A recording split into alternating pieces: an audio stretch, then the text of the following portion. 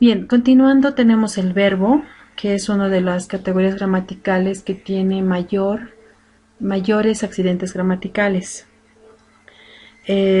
Vamos a decir que el verbo es una palabra variable, puesto que, como les dije, sufre cambios o flexiones en número, persona, tiempo, género. Entonces, que expresa acciones, estados o procesos. Es capaz por sí misma de constituirse en una oración, ¿no? Por ejemplo, vete. Ese es un verbo y al ya pronunciarlo se entiende perfectamente, ¿no? Eso es una oración, ¿ya? Vamos a ver, en este caso, vamos a empezar viendo lo que son los morfemas verbales, que nos indican las variaciones verbales del verbo, valga la redundancia. El morfema, ya habíamos hablado, que es un elemento de la palabra que viene después de la raíz. La raíz es a partir de donde se inicia la palabra y que contiene el concepto o significado de la acción, en este caso del verbo. Es generalmente invariable, ¿no? En cambio, el morfema, o también llamado desinencia, va a variar según la persona, el tiempo, el modo o el número. En los verbos auxiliares se forman o se utilizan los verbos auxiliares para formar los tiempos compuestos, ¿no? Haber, ser, estar. Eso lo vamos a ver cuando utilicemos o veamos verbos que no están conjugados. No obstante, si están presentes o están acompañados de un verbo auxiliar, se vuelve verbo. Sí, enseguida les voy a explicar. Vamos a poner el ejemplo de escribir, ¿no? En el verbo auxiliar, por ejemplo, va a ser hubiéramos, del verbo haber, hubiéramos escri, que es la raíz, y la desinencia ito. Esta escrito es una forma no personal. Entonces, por sí solo no constituye verbo. No obstante, al estar presente el verbo auxiliar es verbo. ¿Qué persona interviene? Yo hubiéramos escrito, no. Tú hubiéramos escrito, no. Nosotros hubiéramos escrito. Es la primera persona, pero en el plural, ¿no? Nosotros hubiéramos escrito. ¿Cómo sería en la primera persona? He escrito. Yo he escrito. Entonces, esto va a cambiar.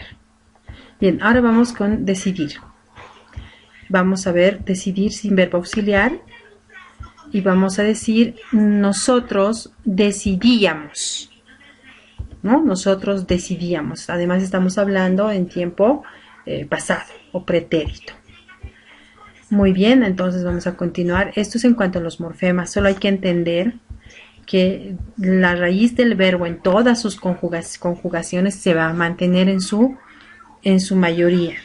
Cuando se mantiene la raíz tal cual, por lo menos escrito, del verbo escribir, se va a mantener scri hasta aquí en todas sus conjugaciones. Yo escribo, tú escribes, él escribe, nosotros escribimos y demás. No obstante, no todos los verbos son regulares, que mantienen la raíz. En algún caso, la raíz va a cambiar totalmente. ¿Sí? Vamos a hablar cuando veamos ejemplos posteriores. También tenemos los accidentes gramaticales. Estos son los cambios que va a tener en los morfemas o en las desinencias. Tenemos la persona, que tiene que ver con la primera, segunda y tercera persona, del singular y del plural en el número. El singular, primera persona, yo, plural, nosotros, nosotras. En el número, segunda persona, tú, plural, vosotros, vosotras. En la tercera persona, en el número singular, él o ella. En el plural, ellos, ellas. En la voz del verbo se tiene dos tipos de voces, la voz activa y la voz pasiva. La voz activa, el sujeto realiza la acción verbal. Por ejemplo, yo amo. Directamente el sujeto está realizando la acción. No obstante, en la voz pasiva, el sujeto es quien recibe la acción, ¿no? Yo soy amado. Es distinto. No sé si nos damos cuenta. Yo amo. Estoy hablando de mí. Como yo amo. No obstante, en la pasiva, como soy amado. Por otra persona, obviamente, ¿no? Esa es la voz pasiva. Bien. En los tiempos vamos a conocer 3 tiempos. Tenemos los presentes, que solamente es presente. En los pasados tenemos el pretérito imperfecto, pretérito perfecto compuesto, pretérito perfecto simple, pretérito pluscuamperfecto y pretérito anterior. En los futuros tenemos el futuro, futuro perfecto, futuro condicional compuesto. Esto vamos a conjugar en un ejemplo que enseguida les voy a mostrar. En el modo tenemos el modo indicativo, que es la forma general como hablamos nosotros, ¿no? Enuncia la acción verbal de manera real y objetiva. Yo amo. Ese es un modo indicativo y la forma generalmente que hablamos todos. En el modo subjuntivo expresa deseo, temor, voluntad. Puede ser, por ejemplo, yo ame. Es posible que yo ame algún día. No es lo mismo decir yo amo a una persona. ¿Se dan cuenta? Yo amo, es real, objetivo. No obstante lo otro, el subjetivo implica cierto deseo, tal vez suposición. Es posible que yo ame a alguien algún día. ¿Se dan cuenta de la diferencia? Generalmente no hablamos así. Y si hablamos no nos damos cuenta, obviamente, en qué tiempo estamos, en qué modo estamos. El imperativo formula órdenes, expresa ruegos, tal vez da consejos.